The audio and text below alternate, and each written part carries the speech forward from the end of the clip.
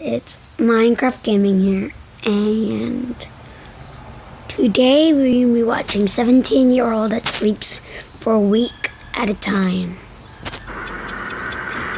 And I'll see you when the video gets started. Fairy tale version of Sleeping Beauty. A kiss is all that's needed to wake up the maiden. But the parents you're about to meet face this nightmare in real life. Their daughter began to sleep for days, sometimes more than a week at a time, with seemingly no medical explanation. And their hunt for a cure became a life-consuming quest. Here's ABC's Juju Chang, what they finally found. Louisa Ball isn't your average oversleeping teenager. I think, I'm going to lose my daughter again. No. Do you want to have something to eat? She suffers from a rare disease that keeps her in bed, passed out for weeks at a time, and has her parents losing sleep from worry. When you know that she's asleep for that length of time, you feel as though you've lost her for that period. The ordeal started for the Ball family 2 years ago, when a case of the flu triggered the beginning of Louisa's extreme sleep episodes. It was a difficult time. Worried sick, I suppose, is the expression. During her long slumbers, her parents could only rouse her for bathroom breaks and ravenous feedings. She'd go through a whole packet of biscuits, or she'd eat 5 or 6 packets of crisps, anything she could get her hands on, and it was a case of almost like a hamster hibernating, and the food would get stuffed in, and you'd have to step in and say, well, that's enough. I asked to see the dietitian, obviously, because I was concerned. She is missing out on all the goodness, and the recommendation there said, when she is awake, give her smoothies. So that's what we did for a while, give her the smoothies as a drink, because then she'd be getting, food as well as fluid. She'd lose 10 pounds during an episode, but it wasn't just the odd eating. Her behavior was even odder. Offensive, almost primal mood swings. They're horrible, they're scary. It's like a different child. Louisa's parents knew it was coming on when their otherwise sweet-natured daughter would snap at people rudely. Sleep you can deal with because, it's obviously, not as confrontational, but when she's up and she's confrontational, that was a scarier moment. A year before college, Louisa missed weeks of school and fell behind on her beloved dance classes. Once a month for a solid week or so, she'd sleep. Don't look at that. Did you miss your school assignments? Yeah, I missed my end of school exams. Yeah, 17-year-old sleeps for a week at a time. Birthdays. At first, the doctors were as baffled as her parents. It certainly goes through your mind, and you wonder whether or not she has taken a drug, or to see all the various medical professionals and not get any answers, because you go to a doctor's and you think someone's going to have the answer, but to go the 6 months that we did without anybody telling us what it was pretty frustrating. And then a breakthrough. We got referred eventually to a consultant in London. I always refer to it as the champagne and hangover moment, because we went in there and the good news was that I think I know what's wrong with your daughter. And then the bad news is, but we know there's no cure. As Louisa's story began to unfold in the media, headlines called her Sleeping Beauty. So we all know the fairy tale, right? Beautiful princess, evil witch, a spinning wheel. A poisonous splinter sends the beautiful princess into a 100-year slumber. But hark, a handsome prince. A kiss, and presto, it's happily ever after. Only it didn't seem like there would be a happily ever after this time.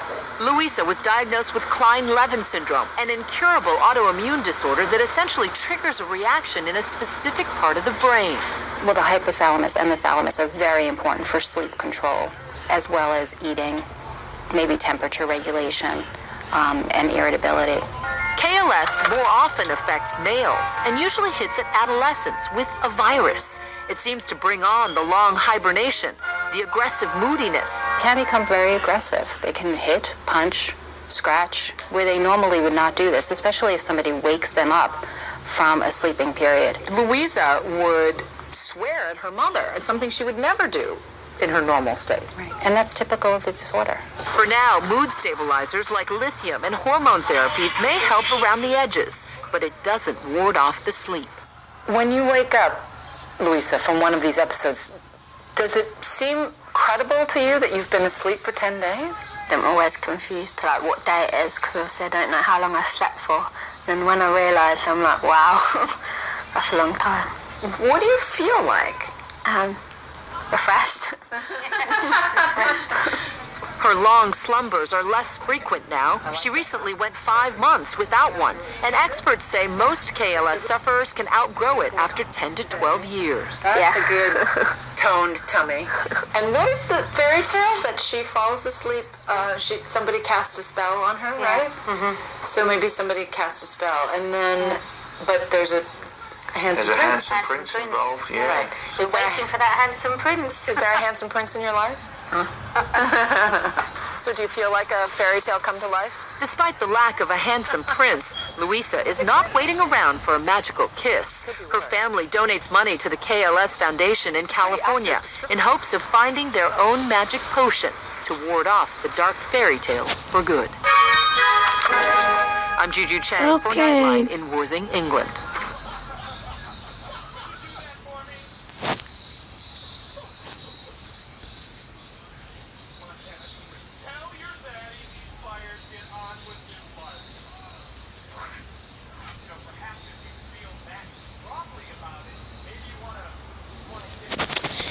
Let's watch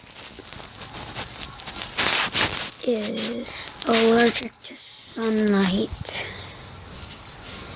And then this one right here. Allergies with nasal congestion? Find fast relief behind the counter with Claritin D. Skip What that. happens when even walking outside causes extreme pain?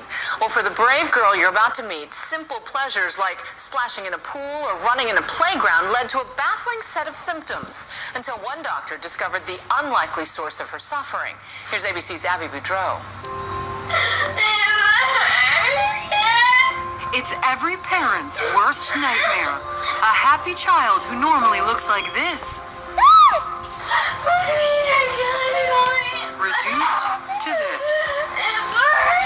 I'm reading a book right now. Some days she would just cry for hours and hours on end.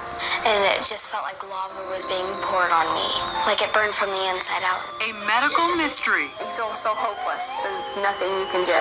Savannah Fulkerson was 4 years old, living in sunny California, when her mom, Andrea, first noticed something strange. We'd be outside and she'd start screaming. We'd be at the pool and she'd scream, she's burning.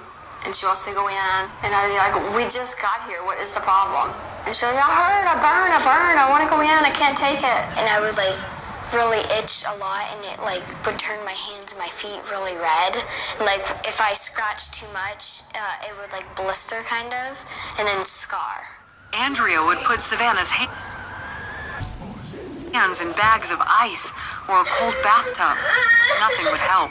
I've taken her to the doctor when she's been crying and going, well, here, what's wrong with her? What's wrong with her? They just tell me she has eczema, and I'm telling them it's got to be more than eczema. You don't cry like that from eczema. For 5 years, the Fulkersons had no answers until they met Dr. Manelli Liu at Children's Hospital, Los Angeles. In Savannah's case, we can see that she has developed these red welts on her hand, as well as her fingers. And this, along with her young age, made Dr. Liu suspect Savannah had erythropoietic porphyria, also called EPP, a rare and sometimes deadly disease. It was even featured on the television show House. Look at her arm. But could this be what was affecting little Savannah? The challenge is both how rare the condition is, as well as the subtlety. Sometimes there may be some red patches, maybe some areas that look sunburned, and that can lead to a long lag in diagnosis. After years of no answers, a simple blood test finally gave them one. What did the doctors finally tell you? That she had, don't say it. Erythropoietic porphyria. It would mean a lifetime sentence, confined to a world in the shadows. How do you explain this to your friends? I just usually say that I'm allergic to the sun. I can't be out. Like I can never go to the beach. I can never go to a sunlit pool. Like I have to be in the dark. Dark's my home. Savannah, now 11 years old, has to wait until evening to swim in her pool. My friend's definition of a normal day and my definition of a normal day are way different. Hers is bright, sunny, and beautiful. Mine's dark, cloudy, and rainy.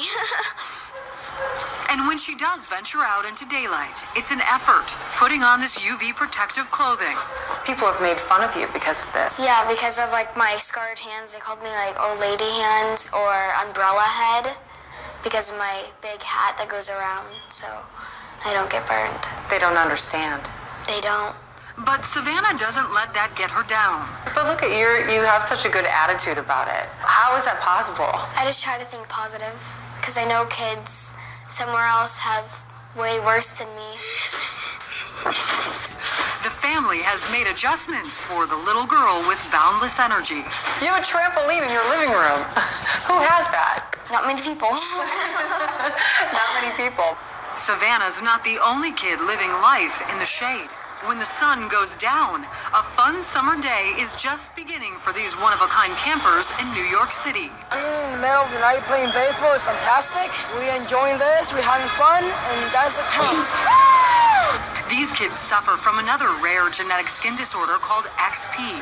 Any exposure to sunlight can cause third-degree burns and can lead to cancer. I don't feel left out when I'm in camp, but when I'm outside of camp, I just feel left out. When their daughter Katie was diagnosed with XP, Dan and Karen Mahar founded Camp Sundown in upstate New York, where day is night and night is day. You do normal kid stuff. You just turn the night around and do it at a different time of day. These rare medical conditions aren't new. Some scientific historians speculate Vlad III of Transylvania had EPP. He's believed to be the historical basis for Dracula, giving rise to vampire and werewolf legends that continue to this day in popular TV shows like Vampire Diaries. Run! Run! But just today, new hope for Savannah and others like her. A study about a drug treatment called afamelanotide, published in the New England Journal of Medicine. With this drug, you're going to increase the melanin in your skin. You're going to tan in a couple days, and the tan and the melanin will act as a safety filter for the harmful rays of the sun. Although the study's findings are promising, the drug is only available in Europe, awaiting FDA approval here in the States. At the moment, this is the only drug that's really effective, as shown by the clinical studies. What is your big hope? That there's a cure out there and like kids don't have to live with this. Experts say less severe forms of EPP can occur. Some symptoms are redness over areas exposed to the sun, such as the nose, the cheeks, or hands. There are, of course, many other skin conditions that can present with exactly the same findings, and so that's where seeking attention with either a dermatologist who specializes in children or a porphyria specialist is very, very important. I just wish I didn't have it. I wish no one had it. They didn't have it. But for Savannah and her family, the hope that maybe one day she'll be able to feel the sun on her skin without pain is enough to keep her smiling. It doesn't define me. Like, when I get older, like, it's not gonna change what I want to do. And like I'm still gonna want to have, like, everything that I possibly can as, like, a normal life. What would that normal life look like to you? A house on the beach. On the beach? A sunny beach? Yeah. Really? It's not gonna tear me down. It's gonna just build me up. For Nightline, I'm Abby Boudreau in Santa Clarita, California. Okay. Bye.